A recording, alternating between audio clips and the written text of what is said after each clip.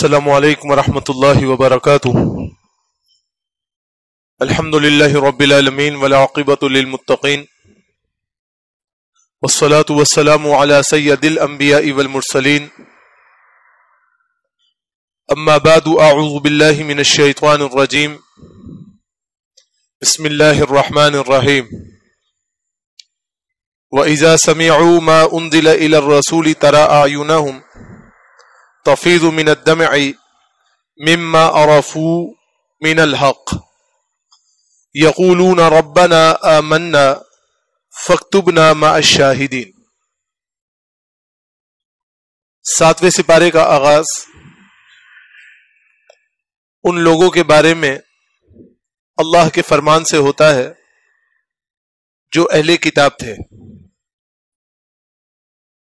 رسول اللہ صلی اللہ علیہ وسلم کو جب اہل مکہ نے بہت زیادہ ستانا شروع کیا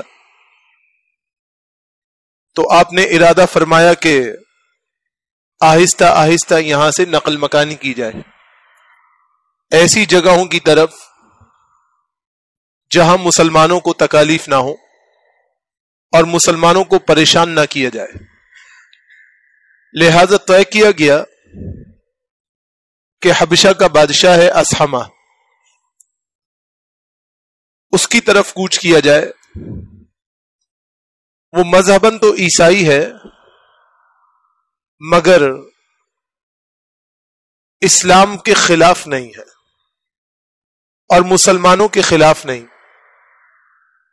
لہذا پہلا گروہ جس میں جناب عثمان غنی رضی اللہ عنہ اور ان کی اہلیہ رقیہ بھی شامل تھی، چند افراد کے ساتھ حبشہ کی طرف نقل مکانی کر گئے۔ شاہ حبشہ کو جو پتہ چلا، جسے نجاشی کے لقب سے پکارا جاتا تھا، کہ کچھ مسلمان آئے ہیں مکہ سے اور کسی بھی فساد کی نوعیت میں مبتلا نہیں ہے،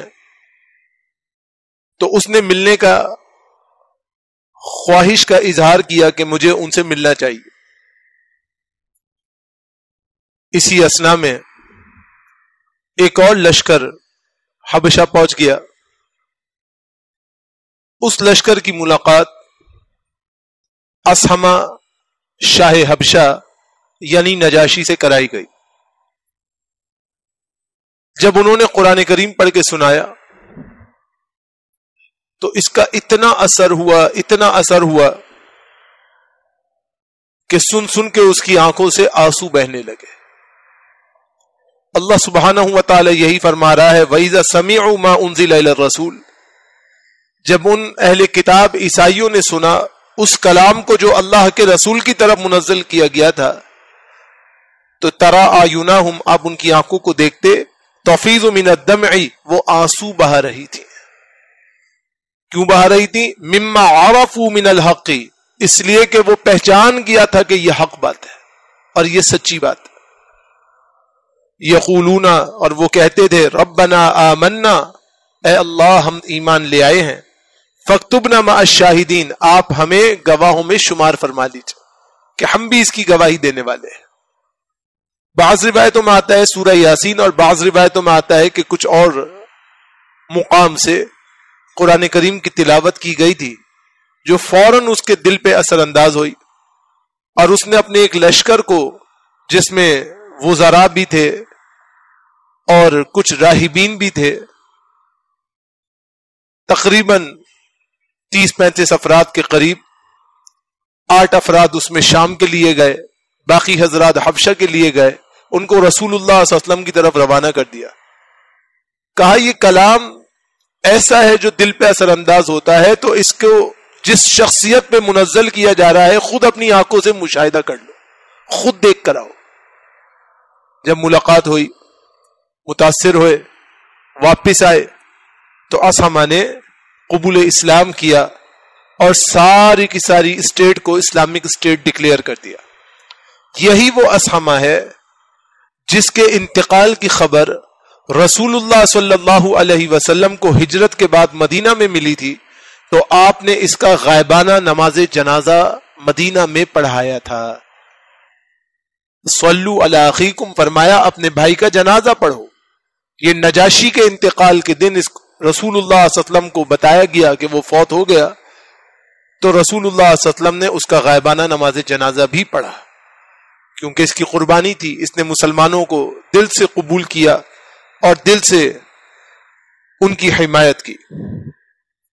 اسی لیے اللہ سبحانہ و تعالی فرماتا ہے اس پارے کے اختتام میں، وَنُقَلِّبُ أَفْئِدَتَهُمْ وَأَبْصَارَهُمْ كَمَا لَمْ يُؤْمِنُوا بِهِ أَوَّلَ مَرَّةٍ وَنَذَرُهُمْ فِي طُغْيَانِهِمْ يَعْمَهُونَ، کہ جو لوگ دل سے اسلام کو قبول نہیں کرتے، باوجود اس کے کہ وہ سماعت تو کرتے ہیں، باوجود اس کے کہ وہ بصارت بھی رکھتے ہیں، باوجود اس کے کہ بسا اوقات وہ تلاوت بھی کرنے والے ہوتے ہیں، مگر ان کی نوعیت کیا ہوتی ہے؟ اللہ ان کے دلوں کو پلٹا دیتا ہے اور ان کی آنکھوں پہ اللہ تعالی پردہ ڈال دیتا ہے.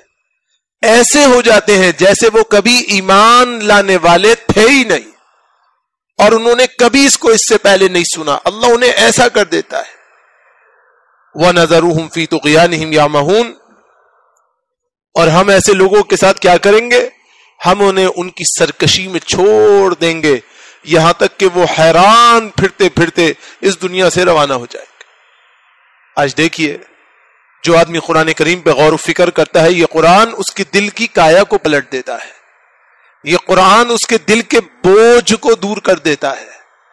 اور جو قرآن کریم کو رسمن پڑھتا ہے، چاہے وہ روزانہ ایک قرآن کریم یعنی مکمل 30 پاروں کی تلاوت کرے، پڑھنے کے باوجود وہ ان پڑھ ہے، سیکھنے کے باوجود وہ نابلد ہے، پڑھنے کے باوجود وہ غیر پڑھا ہوا ہے، دیکھنے کے باوجود وہ اس سے نابینا ہے، سمیع ہونے کے باوجود وہ لا سمیع ہے کہ اس کے کانوں سے وہ تلاوت جو اس کے دل تک پہنچ رہی ہے سن سن کے وہ اس پہ اثر انداز نہیں ہو رہی. اللہ سبحانہ و تعالی اس بات کو پسند نہیں فرماتے. اسی لیے اللہ سبحانہ و تعالی فرماتے ہیں کہ اگر چاہتے ہو کہ قرآن کریم کا اثر رہے اور رب سے تعلق مضبوط ہو تو کیا کرو؟ یا ایھا الذین آمنوا لا تحرموا طیبات ما احل اللہ، اے ایمان والو جس چیز کو اللہ نے حرام قرار دیا ہے تم اس کو حلال نہ جانو. ولا تعتدوا، حدود سے تجاوز بھی نہ کرو. ان اللہ لا يحب المعتدین، اللہ تعالی حدود سے تجاوز کرنے والوں کو پسند نہیں کرتا. ایمان والوں کو تاکید کی گئی کہ بسا اوقات ایسا ہوتا ہے کہ تمہارے سامنے مصلحتیں آئیں گی جن مصلحتوں کی بنا پر تم حرام کو حلال کرنے کا سوچو گے. یاد رکھو جو چیز حرام ہے وہ حرام ہی رہے گی، وہ کبھی حلال نہیں ہوگی. صحیحین کی روایت ہے، اللہ کے نبی علیہ السلام کے سامنے ایک حکیم آئے اور کہا کہ جی میں مینڈک کا استعمال کرنا چاہتا ہوں اپنی دوائیوں میں، اس سے لوگوں کو نفع ملے گا، تو کیا میں اس کا استعمال کر لوں؟ رسول اللہ صلی اللہ علیہ وسلم نے کہا بالکل استعمال نہیں کر سکتے، یہ حرام ہے، اس کے اندر کوئی نفع نہیں، اس میں کوئی شفا نہیں. لوگوں نے سوال کیا دم مسفوحہ کے بارے میں. دم مسفوحہ وہ خون ہوتا ہے جو جانور کو ذبح کرتے ہوئے گردن سے نکلتا ہے. لوگوں نے کہا کہ اس کا استمتاع کریں، اس سے فائدہ اٹھائیں تو نفع ہوگا. فرمایا اس میں کوئی نفع نہیں. لوگ اس کو پی جاتے تھے، آج بھی لوگ سمجھتے ہیں کہ اس میں نفع ہے، جانور کے بہتے ہوئے خون کو برتنوں میں رکھ کے اور پی جاتے ہیں. خصوصاً جب اونٹ کو نہر کیا جاتا ہے تو برتن اس کی گردنوں کے نیچے لگا کے اس کے خون کو جمع کرتے ہیں کہ اس سے فائدہ حاصل ہوگا. اس میں کوئی فائدہ نہیں ہے. رواج ہے کہ جو مفلوج ہو جائے جنگلی کبوتر کا ذبح کر کے جثہ اور اس کا خون گرم گرم اس جگہ پہ ملا جائے، اس میں کوئی نفع اللہ نے نہیں رکھا ہے. یہ لوگوں کے اندازے ہیں، لوگ سمجھتے ہیں اس میں فائدہ ہوگا مگر اس میں فائدہ نہیں. فائدہ اس میں ہے جو اللہ نے خود اپنے نبی محمد صلی اللہ علیہ وسلم کے ذریعے مقرر کر دیا ہے. لہذا فرمایا کہ جس چیز کو اللہ نے حرام قرار دیا ہے تم اس کو حلال قرار نہیں دو، اور جس کو حلال قرار دیا ہے تم اسے حرام قرار نہیں دو. پھر فرمایا یا ایھا الذین آمنوا انما الخمر والمیسر والانصاب والازلام رجس من عمل الشیطان. 4 چیزوں کا تذکرہ کیا.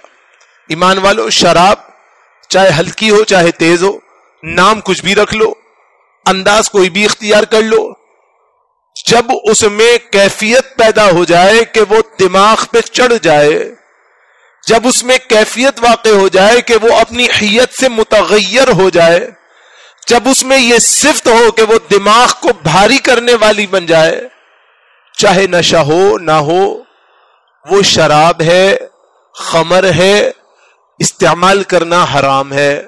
اسی لیے شراب کے لیے تعریف کیا ہے؟ شراب کی تعریف یہ ہے انما الخمر ما خامر العقل، جو انسان کی عقل کو ڈھانپ لے، اسے صحیح اور غلط کی تمییز میں فرق مٹا دے، وہ چیز اللہ سبحانہ و تعالی نے حرام قرار دی ہے. رسول اللہ صلی اللہ علیہ وسلم کے دور میں شراب کھجور سے بھی بنائی جاتی تھی، جو سے بھی بنائی جاتی تھی، منقو سے بھی بنائی جاتی تھی، اور مختلف قسم کی اشیاء سے بنائی جاتی تھی، بدع شہد سے بنائی جاتی تھی. صاحب صحیحین کا مطالعہ کیجئے، سنن اربعہ دیکھیے، کتاب الاشربہ، آپ کو پتا چلے گا کہ لوگ کس کس طرح سے حلال چیزوں سے مشروبات بناتے تھے، لیکن جب ان میں تغیر پیدا ہوا تو رسول اللہ صلی اللہ علیہ وسلم نے اس کو پینے سے روک دیا، کیونکہ وہ عقل پہ چڑھ جاتی ہے. لہذا ہر وہ چیزیں جو جدید دور میں مختلف ناموں کے ساتھ استعمال کی جا رہی ہیں اور وہ دماغ کے اوپر چڑھ جاتی ہیں، سر کو بھاری کر دیتی ہیں، ان سے بچنا چاہیے. والمیسر، اللہ نے جوئے کو حرام قرار دیا، چاہے جوا حقیقی طور پر ہو یا مجازی طور پر ہو یا جوئے کی کوئی بھی قسم ہو. جوئے کے اندر لاٹریز بھی آ گئی، جوئے کے اندر وہ تمام اشیاء آ گئیں جس کے اندر اندھا سودا ہو، جوئے کے اندر وہ تمام چیزیں آ گئیں جو ٹوکن لے کے پہیا گھمائی اور چرخی گھمائی ہو. جوئے کے اندر وہ سب کچھ بھی آ گیا کہ آپ ایک چیز خریدیں پھر اس کو بڑھاتے جائیں اور جتنا بڑھتا جائے گا اس کے اندر آپ کو نفع اور نقصان بڑھتا جائے گا، جبکہ آپ کا کوئی لینا دینا نہیں. جوئے کی بہت سی اقسام رائج ہیں، اللہ سبحانہ و تعالی نے ان سب کو حرام قرار اس لیے دیا کہ عارضی نفع ہے اور دائمی نقصان ہے. جب انسان کو جوئے کا فائدہ چڑھتا ہے تو وہ اس جوئے کے اندر اور گھستا ہے اور پھر اصل اپنے منافع کے ساتھ ڈبو بیٹھتا ہے. اللہ نے اس لیے سے منع کیا. والانصاب، انصاب کسے کہتے ہیں؟ انصاب کہتے ہیں تھانوں کو. تھان کیا ہوتا ہے جی؟ تھان ہندی زبان میں اور فارسی زبان میں اس چبوترے کو کہتے ہیں جس پر بلی چڑھائی جاتی تھی. پہلے زمانے میں دستور تھا کہ ہر دیوتا کے آگے ایک چبوترا بنایا جاتا تھا. اس چبوترے پر مخلوق چاہے انسان کی صورت میں ہو یا جانور کی صورت میں ہو، اس کا سر کاٹ کے بت کے نام پر، طاغوت کے نام پہ مقرر کیا جاتا تھا. وہ جو چبوترا ہوتا تھا جس پر بلی چڑھائی جاتی تھی، اس چبوترے کو انصاب کہتے ہیں. اللہ نے کہا کہ یہ بھی اللہ نے تمہارے لیے مکمل طور پہ حرام قرار دیا ہے کہ ایسی جگہوں کو اپنی نہ عبادت کے لیے شمار کرو، نہ ان کو اپنے نفع کے لیے استعمال کرو، نہ وہاں جاؤ، نہ ان میں اپنی شمولیت اختیار کرو. اس بات سے بچاؤ.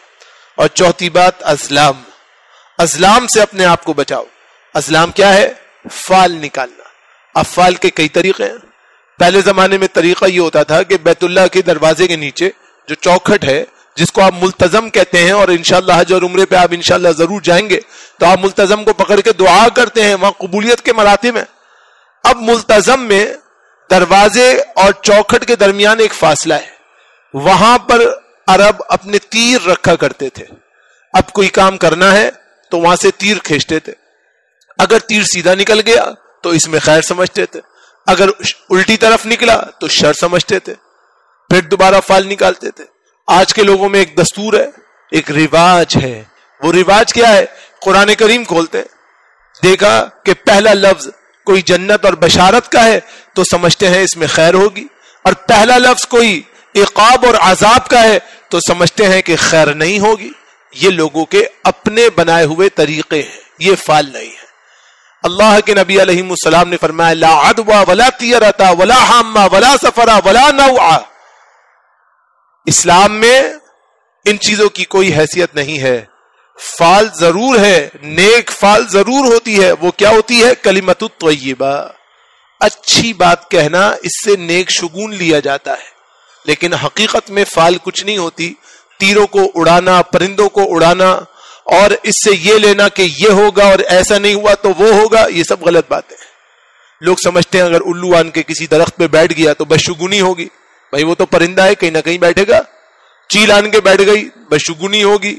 کوا چوکھٹ پہ آ گیا تو مہمان آئے گا، ایسا کچھ نہیں ہے، وہ بیچارہ تو کہیں نہ کہیں بیٹھے گا. ایک کالی بلی راستہ کٹ جائے تو منحوس سمجھتے ہیں وہ بیچاری کہاں جائے, کھڑی رہے, راستہ کراس نہ کرے. اس کو تو راستہ کراس کرنا ہے نا. اب اس کو کالا اس نے خود نے تو نہیں بنایا, اللہ نے اسے کالا بنایا. لہذا ان تمام باتوں سے یہ سمجھنا کہ اس میں خیر اور شر ہوگی, یہ بات غلط ہے. سارے خیر اور شر اللہ کے ہاتھ میں ہیں, اللہ جیسے چاہتا ہے ویسے کر لیتا ہے. لہذا اس کے اندر بھی انسان کو اجتناب کرنا چاہیے. یہ 4 چیزیں منع کیوں ہیں؟ رجس من عمل الشیطان, یہ وہ پلیدگی کے راستے ہیں جو شیطان کے کاموں میں سے ہیں. آپ اس سے اجتناب کیجئے تاکہ آپ کامیاب اور کامران ہو جائیں.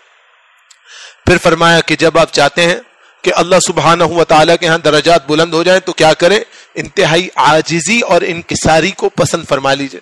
قل لا اقول لكم عندي خزائن اللہ, اے اللہ کے نبی فرمائیے ان لوگوں کو, بھائی میرے پاس کوئی خزانہ نہیں ہے, میرے پاس دنیا کا کوئی مال وال نہیں ہے. ولا عالم الغیب, میں غیب کی کوئی بات نہیں جانتا ہوں, کوئی بات مجھے غیب کی نہیں پتا. ولا اقول لكم انی ملک, میں تم سے یہ بالکل نہیں کہتا کہ میں کوئی فرشتہ ہوں. ان اتبع الا ما یوحى الی, میں تو اس چیز کی پیروی کرتا ہوں جو اللہ سبحانہ و تعالی مجھ پر وحی فرماتے ہیں. قل هل يستوي الاعمى والبصير, اے اللہ کے نبی آپ ان سے پوچھئے کوئی نابینا اور بینا برابر ہو سکتا ہے؟ مجھے غیب کی باتیں نہیں پتا, تم کہتے ہو نبی عالم الغیب ہے. مجھے نہیں پتا کل کیا ہونے والا ہے, تم مجھ سے آن کے پوچھتے ہو. رسول اللہ صلی اللہ علیہ وسلم کے گھر میں بچیاں نغمہ سرائی کر رہی تھی, دف بجا رہی تھی. انہوں نے بجاتے بجاتے ایک بات کہی کہ ہم میں ایک ایسا نبی ہے یعلم ما فی غد, وہ جانتا ہے کہ کل کیا ہوگا. رسول اللہ صلی اللہ علیہ وسلم نے فوراً روکا اور کہا رک جاؤ, یہ بات نہیں کرو, اس لیے کہ مجھے کچھ نہیں پتا کہ کل کیا ہوگا. دلیل صریحہ موجود ہے صحیحین میں. اللہ کے نبی علیہ السلام کو ایک یہودی عورت نے دعوت پہ بلایا اور کھانا کھلایا. آپ نے کھانا کھا لیا, چند لقمے لیے تھے یا بعض روایتوں میں ایک لقمہ لیا تھا کہ آپ نے کہا کہ اس یہودی عورت کو بلا کے لاؤ. وہ عورت آئی, بولی جی, کہا تو نے اس میں زہر ملایا؟ اس نے کہا آپ کو کس نے بتایا؟ فرمایا ملایا یا نہیں ملایا؟ کہا بالکل ملایا. کہا کیوں ملایا؟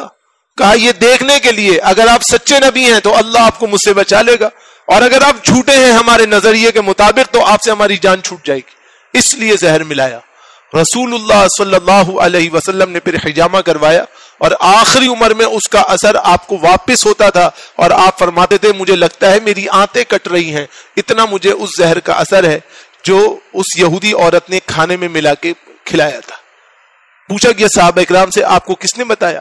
فرمایا مجھے اللہ کے حکم سے بذریعہ وحی بتایا گیا, اور اس گوشت نے بولا کہ اس میں زہر ملا ہوا ہے. تو رسول اللہ صلی اللہ علیہ وسلم کو اگر پتا ہوتا تو آپ کھاتے نہیں؟ کھاتے نا. لہذا اللہ کے نبی کو کوئی غیب کی بات نہیں پتا. اسی طرح فرمایا کہ میں تم سے یہ بھی نہیں کہتا میں فرشتہ ہوں, بھائی میں انسان ہوں, مجھ سے سارے کام ہوتے ہیں. رسول اللہ صلی اللہ علیہ وسلم کے صحابہ اکرام نے پوچھا کہ رسول اللہ کا عمل کیا ہے, تو 3 صحابہ نے پوچھا, ان میں سے ایک کہنے لگے میں رات بھر اب قیام کیا کروں گا, اپنی اہلیہ کے پاس نہیں جاؤں گا. دوسرے نے کہا کہ یہ تو سبھی کر سکتے ہیں, میں تو ہمیشہ اب روزہ رکھوں گا, میں کبھی روزہ ترک نہیں کروں گا. رسول اللہ صلی اللہ علیہ وسلم نے تیسرے کو بھی بلایا, پہلے کو بھی بلایا اور دوسرے کو بھی بلایا, اور ان سے کہا کہ بھئی یہ تم کیا کرتے ہو, یہ میرا کام نہیں ہے. میں روزہ بھی رکھتا ہوں, روزہ نہیں بھی رکھتا ہوں, رات کو قیام بھی کرتا ہوں, آرام بھی کرتا ہوں, میں نے متعدد شادیاں بھی کی ہوئی ہیں, تم کہتے ہو ہم کبھی شادی نہیں کریں گے, یہ بات صحیح نہیں. ان کاموں سے بچو, میرے طریقہ اور میرے شریعت کو قبول کرو. تو شریعت نے جو چیز مقرر کی ہے اگر ہم اس کو اسی طرح مقرر کریں گے تو کامیاب اور کامران ہو جائیں گے. اور آخری بات کیا ہے؟ اللہ سبحانہ و تعالیٰ فرماتا ہے وَلَوْ أَشْرَكُوا لَحَبِطَ عَنْهُمْ مَا كَانُوا يَعْمَلُونَ, اگر لوگ اللہ کے ساتھ غیر اللہ کو شریک کریں گے نا تو پھر ان کے جتنی بھی اچھائیاں ہوں گی اللہ سبحانہ و تعالیٰ اسے ضائع فرما دے گا. دیکھیں اپنے ایمان کو بچانے کی بہت ضرورت ہوتی ہے, اپنے عمل کو بچانے کی بہت زیادہ ضرورت ہوتی ہے.